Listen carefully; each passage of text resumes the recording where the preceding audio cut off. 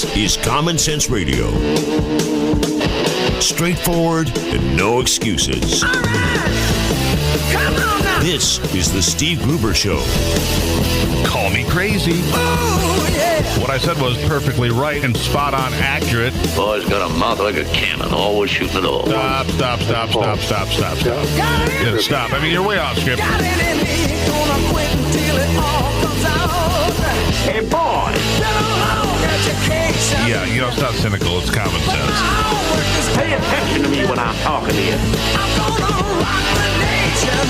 Rock the nation. Genuine, accountable, and raw. Here is Steve Gruber. And welcome to it. Welcome to it, and let's get on the same page today. Let's figure out where we've gone wrong. Let's figure out what's going on around here, because I'm concerned that everything we know, free people, free markets, free countries, free nations, it's all headed for the trash heap of history. Where are we going? And why are we going there? Welcome to the Steve Gruber Show. I can't figure out why I bothered to dial in MSNBC for a few minutes this week, but then I realized it was so I could understand all those things that I am not. I am not a victim, period. However, the industry of victimhood is churning along alive and well every day, and don't worry, if you are white and, God forbid, worked for what you have, you are just a person of privilege and deserving of very little praise and really nothing more. Host Melissa Harris Perry, a black woman on MSNBC, one of the most outspoken bigots on the far-left fringe network, and I've heard her vague ramblings about white privilege and the ills of conservatives in America before, but she has set a brand new low for herself and the once proud news division of NBC's Peacock.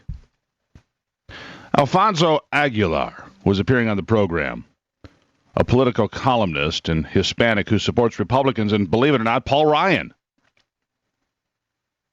Things were going relatively smoothly until Aguilar hit one of Harris Perry's emotional triggers when he had the unmitigated nerve to refer to Paul Ryan as hardworking. He referred to Paul Ryan as hard-working. I know it's just hard to believe, but there was a physiological change in the host immediately after the, as of yet, undetected offense, and had been made without accounting for white privilege and the ills of American society as a whole. She waited as long as she could, nearly trembling. She leaned in and couldn't take it anymore, and sternly began correcting Mr. Aguilar for his insensitive remark. I just want to pause on one thing, because I don't disagree with you that I actually think Mr. Ryan is a great choice for his role, she said. But I want us to be super careful when we use the language hard worker. Not sort of careful, but super careful. Because I actually keep an image of folks working in cotton fields on my office wall, because it is a reminder of what hard work looks like. And she should add a constant reminder that sometime about 8 generations ago, some distant relative of hers may have been a slave, and therefore she is a victim. She went on, in the context of relative privilege, I just want to point out that when you talk about work-life balance and being a hard worker, the moms who don't have health care, who are working, we don't call them hard workers, we call them failures, we call them people sucking off the system. At this point, Harris Perry had gone so far off topic in search of some talking points linking Republicans to black slaves that Aguilar was left shaking his head, partially in disbelief, it appeared. But she was not to be deterred. She was not done. Really, y'all do, she continued, as Aguilar looked on in shock. That's really what you do. Aguilar, clearly mystified by the tirade, probably because she failed to also link Paul Ryan to the killing of Michael Brown and Trayvon Martin, but that's for another day. But mystified by her tirade, or that her bizarre outburst had exactly nothing to do with the context of the discussion, he finally retorted, no, That's very unfair. I think we cannot generalize about the Republican Party.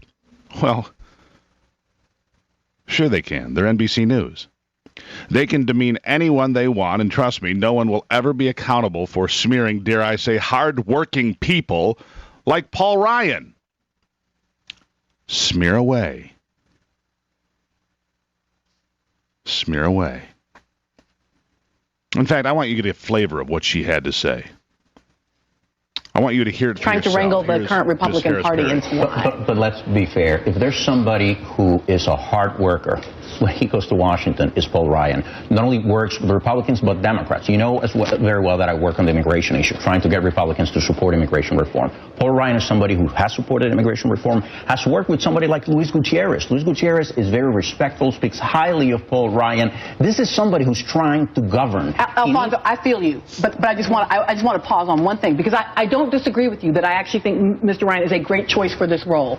But I want us to be super careful when we use the language hard worker, because, I mean, I actually keep an image of folks working in cotton fields on my office wall, because it is a reminder about what hard work looks like. So I feel you that he's a hard worker. I do, but in the context of relative privilege. And I just want to point out that when you talk about work-life balance and being a hard worker, the moms who don't have health care, who are working I understand that. But we don't call them hard workers. We call them failures. We call them people who are sucking off the system.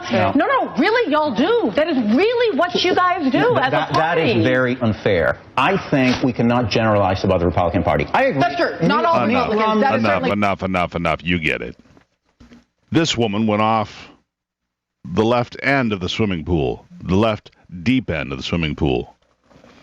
And they can demean anybody they want. Like I said, they're NBC News. But relative privilege? Paul Ryan had relative privilege, therefore we cannot refer to him as a hard worker, because hard worker, I mean, really? How far down the rabbit hole have we gone? Ms. Harris Perry may also want to revisit her racist talking points, because that's what they are, racist talking points, before she assails another unsuspecting guest on MSNBC. After all, Mr. Aguilar's bio on Politico reads like many Republicans that are not white and come from many varied backgrounds of race, religion, and culture. It states that he is, quote, the executive director of the Latino Partnership for Conservative Principles, a Washington, D.C.-based advocacy group that promotes conservative values and ideals within the Latino community and works to integrate Latinos into fuller and more active participation and leadership in the conservative movement. I wonder if Mr. Aguilar has ever had the nerve to refer to Latinos as hardworking. I wonder if he realizes that the only people that can ever be referred to as hard workers are apparently slaves and single moms without insurance. In the final analysis, Harris Perry is saying that somehow any one group has a single collective identity, interchanging political philosophy with the philosophy of race is racist and, might I say, offensive.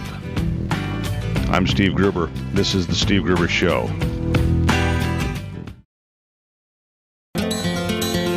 Getting your day started with news from around the state and around the world. Common Sense Radio.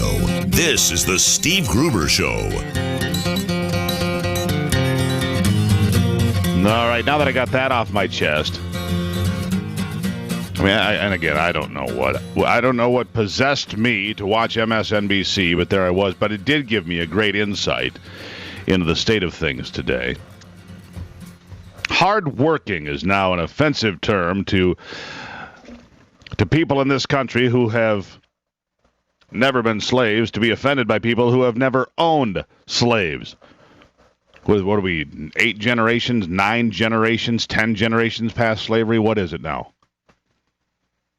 You know, the only thing between us and slavery is, well, you know, a civil war, a couple of world wars, the Great Depression, you know, the entire 20th century.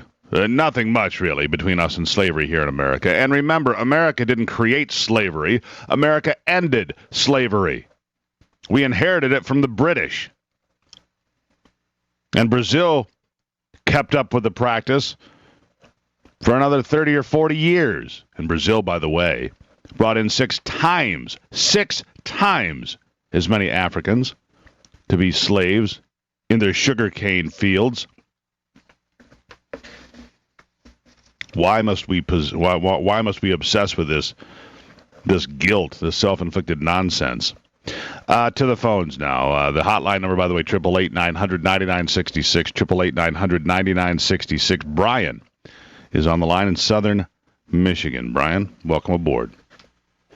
Good morning, Steve. I'm a hard worker, and I'm proud of it. I work 56 hours a week during the night. Hold on. You need to be super careful before you use that term. I don't care.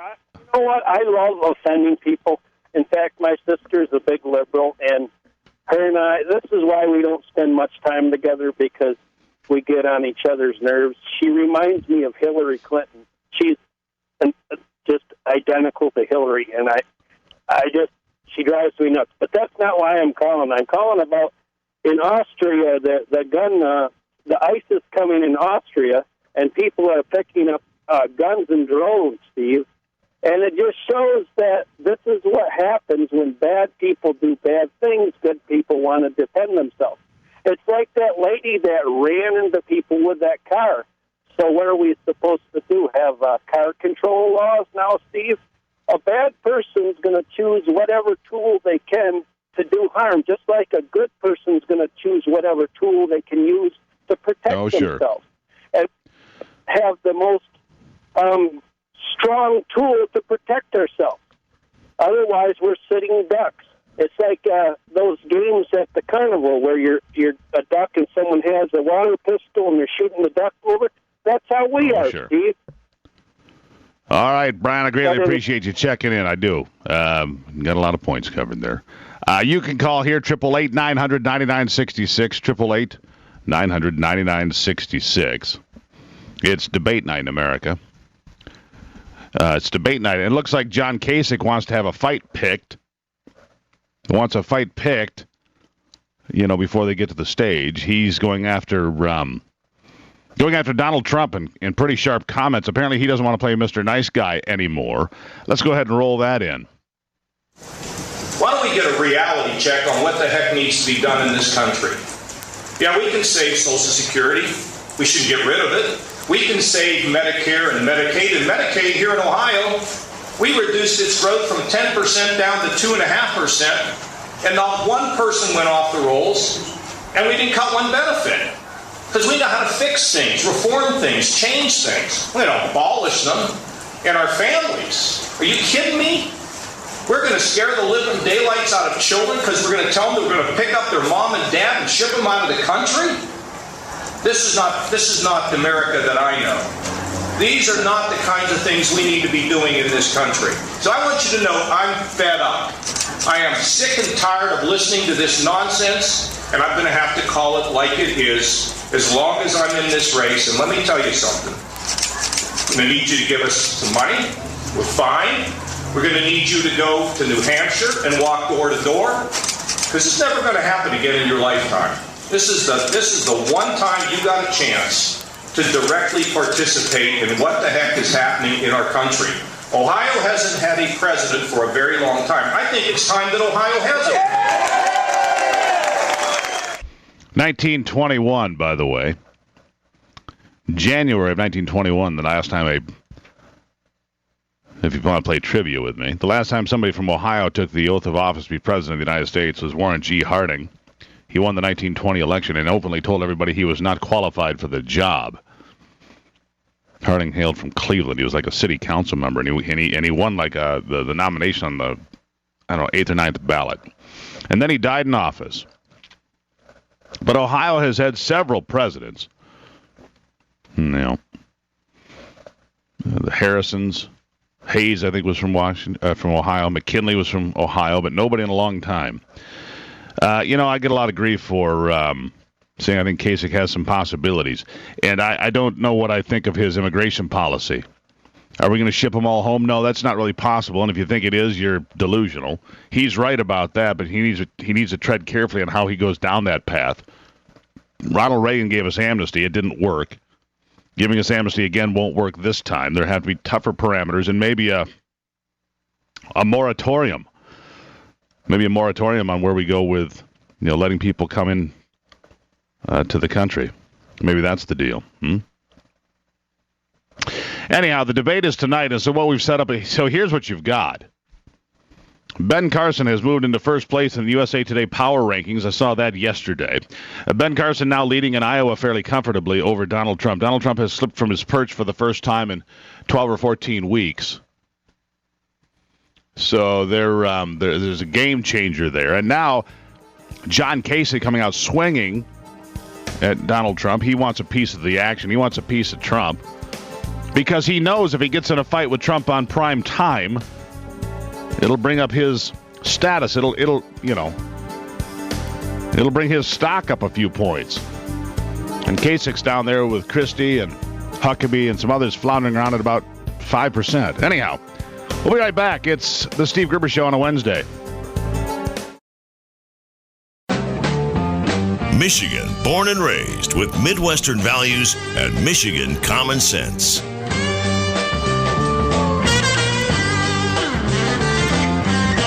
Born under a bad sign.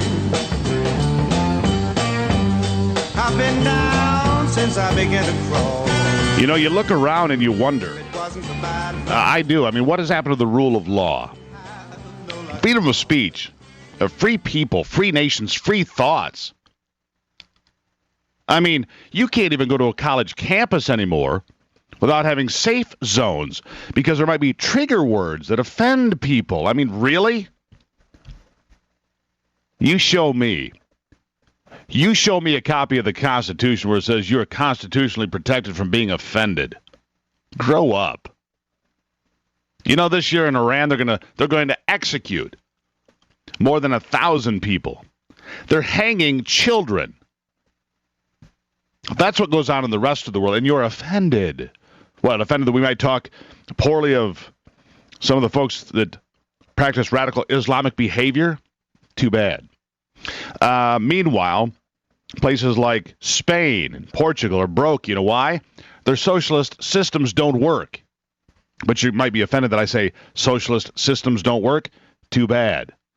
This is not a safe zone. This is the Steve Gruber Show where we talk about truth and have a free exchange of ideas. That's how we operate here. That's how we will always operate here. But what is happening to the West?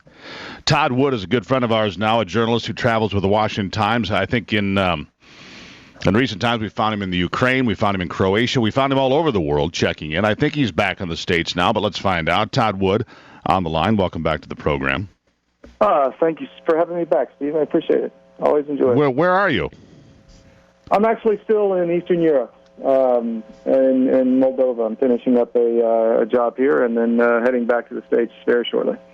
All right. You've got this, and I can't tell you how much we appreciate you checking in from far-flung countries all over the globe with us. It just gives us a perspective that we wouldn't get otherwise.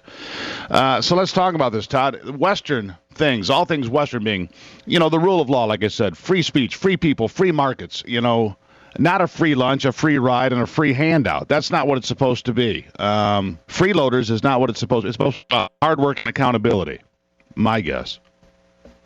Well, there was a shocking, literally earth-shaking, shocking poll that came out a few days ago. I forget the source, but it said that most college students think the First Amendment is something that can be modified, and they're just not really worried about it. They're more worried about, as you said, trigger warnings and microaggressions and not being offended. So I think the core of this is what our education system has done to our young people. They're coming out of college all been out of shape about, basically being a social justice warrior, and their skill levels are the worst in the developed world. They can't function. They can't get a job. Yeah, social justice warriors, but here's the problem. Yeah, here's the problem, Todd, and I haven't traveled to the countries you have. I've been to 15 countries.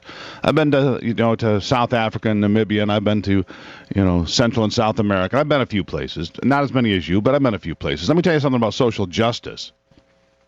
There's more in America than pretty much any place on the planet. Go look around and see what's actually happening in the world. 1,000 people being executed in Iran is kind of an extreme example. But go look for social justice in South Africa or Argentina or, Costa Rica, for that matter, other places that I've visited. You're not going to find a level of protection from aggression like you find in Western nations. You're just not. And it's interesting that all these people come out, well, America's this bad place, and we had slaves.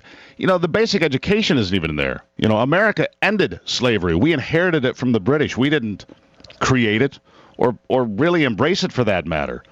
Thomas Jefferson, some of the folks, even though he was a slaveholder, wanted to get rid of slavery as part of the new Constitution of the United States, but had pushback from some states. People know that if they read. Todd, nobody reads anymore.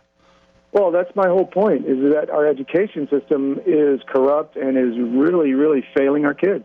And, how are they going to compete in this world? And you're absolutely right. I mean, the atrocities, and I don't think executing 1,000 people is extreme. It happens in a lot of places. And, and they just, I don't know if they don't get it, or they're just, maybe it's just a combination of ignorance and, not having the gumption to Let get me out ask and you make this. something. You make that comment, and maybe you're right. It made me reconsider my comment there about 1,000 people being executed being an extreme example. Maybe you're right, maybe it's not. How many people do you think, for example, will be executed this year in, say, China, a place that we think is relatively moderate now? How many will be executed in China this year? Probably well more than 1,000. Yeah, I don't know the numbers. You're right. But obviously the Middle East is a cauldron of, atrocities. But all you got to do is look around the world, and not just executions, but murders, gangster murders, corruption, just rubbing out people that are in your way. I mean, you're right. That's a really good point you make. That's a really good point you make, because here's something else that our educational system is doing. And painfully wrong it is.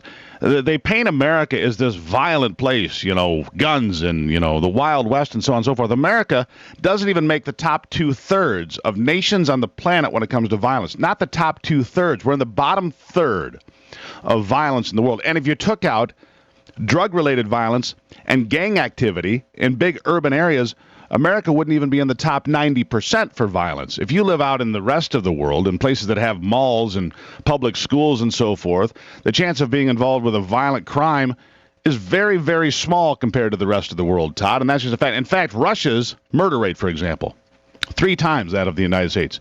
3 times. And they have less people. But see, America's been painted as this rough and violent place by professors year after year, when it just isn't true. Well, I for one, am attempting to push back against this, whatever you want to call it, agenda. I think there's a lot of Americans like me who are. I like to call it ignorance. About this. And I like to call it ignorance, Todd. But go on. Yeah, go on. I'm sorry. Well, no, I was just saying that needs to happen. I mean, we have to just call this crap what it is and move on and rebuild our country. That's the only way forward, because otherwise it's just completely scary. Well, it certainly is. Meanwhile, the social justice warriors, as you referred to them, and aptly so, also got together here to create this Black Lives Matter movement, to scream out against the injustice of the police departments. Now, are there incidents that are likely racist involving police officers in this country? Of course there are. Is it the rule? I certainly don't think so. I don't see it. Of course, I'm not. Fair enough. I didn't grow up on that side of the tracks, if you will. I didn't grow up and know what it's like to be looked at that way. But is it an epidemic, like some would like us to believe? I don't believe so. And I believe, again, that America is a pretty safe and just place. You got 30 seconds before we make the first break here. What do you think?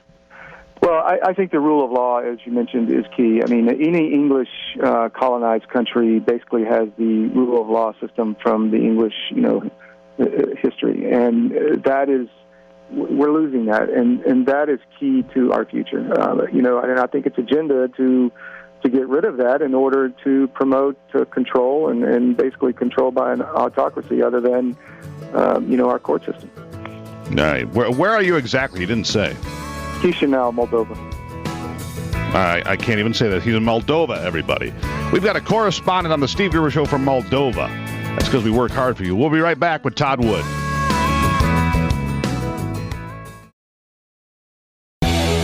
Delivering Michigan common sense with a big dose of truth and honesty.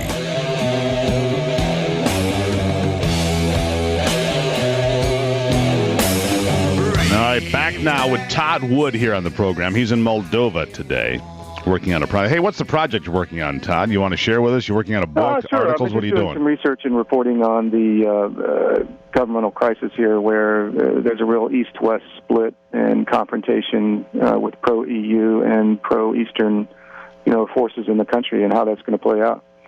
Sure. And you're coming back to the States at some point, though. I thought you were going to be back by now, but you're heading back to the United States. Yeah, I'll be back soon. It's overdue at this point. Yeah. Your family misses you, Todd. Yeah, they do, actually. Yeah, that happens. But again, we appreciate the work you do, because if not for people like you rolling up your sleeves, and dare I say, working hard to get us these stories. Well, hard work is apparently a racist term now. Yeah, I learned that from MSNBC yesterday. And I wrote a column about that. You can check that out at stevegruber.com. You can find Todd Wood at thewashingtontimes.com and elsewhere. But give me an idea. As you look at places like Moldova or Ukraine or wherever you may travel in Eastern Europe and throughout the bulk of Europe, I guess, has America lost its place in the world? I mean, America used to be this beacon of freedom, and people still come here, but I wonder if they're coming because they get free stuff. I mean, they used to come here because they had free ideas and a chance to make it, and you can go to places that have a cluster of people that came here as Vietnamese refugees or Korean refugees or from Mexico or wherever, and they have these places and they've built things, they've built businesses, and they've built a community, and they've become part of America's fabric. But now I look, and it just looks like people are coming here to get free stuff, and they don't want to blend in, and they don't want to learn English, and they want to tell us, they come here from a third world hellhole. Right? And then they come here and tell us that they want to change things so they can make America just like a third world hellhole. It makes no sense to me.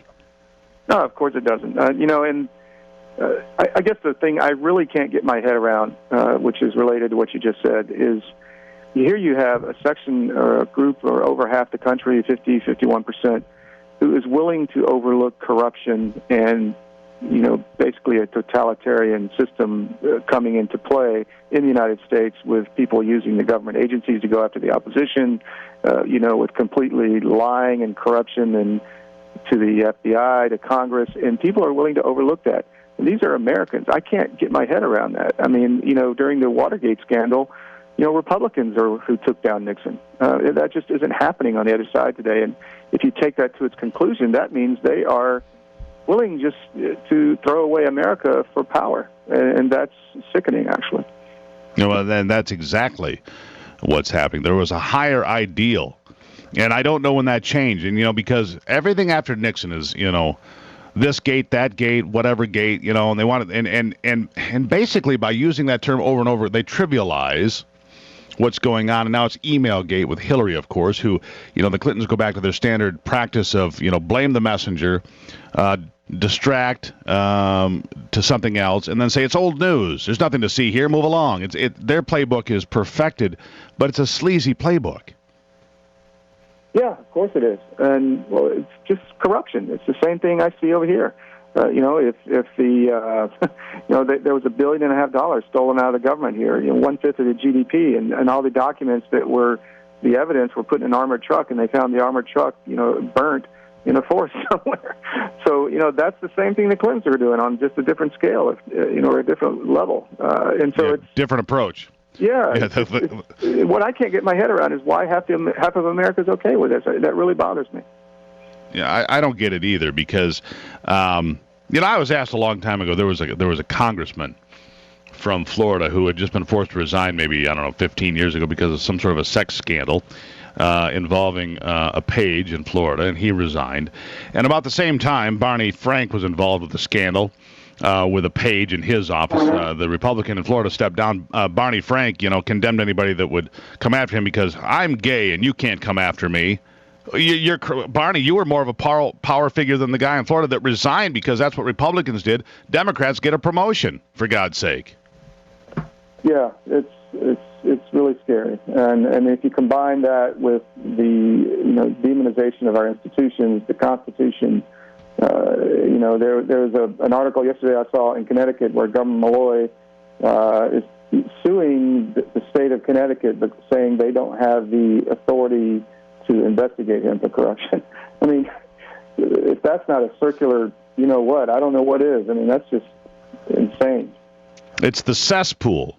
And people wonder, politicians actually wonder why we don't trust them. Well, gee, you're feckless weasels to begin with.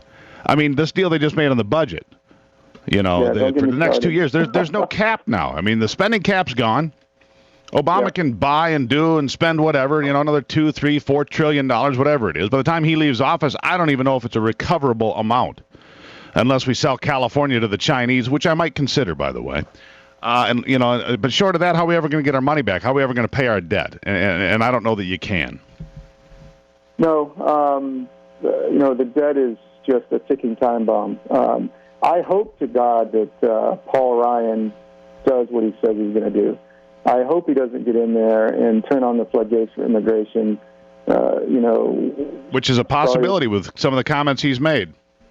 Yeah, there was comments today about his support for gun control. I mean, I just hope he does what he says he's going to do, because if he doesn't, we're in big trouble. Because right now, that is like the tip of the spear, if you will, as far as this fight against corruption and changing America from what it used to be.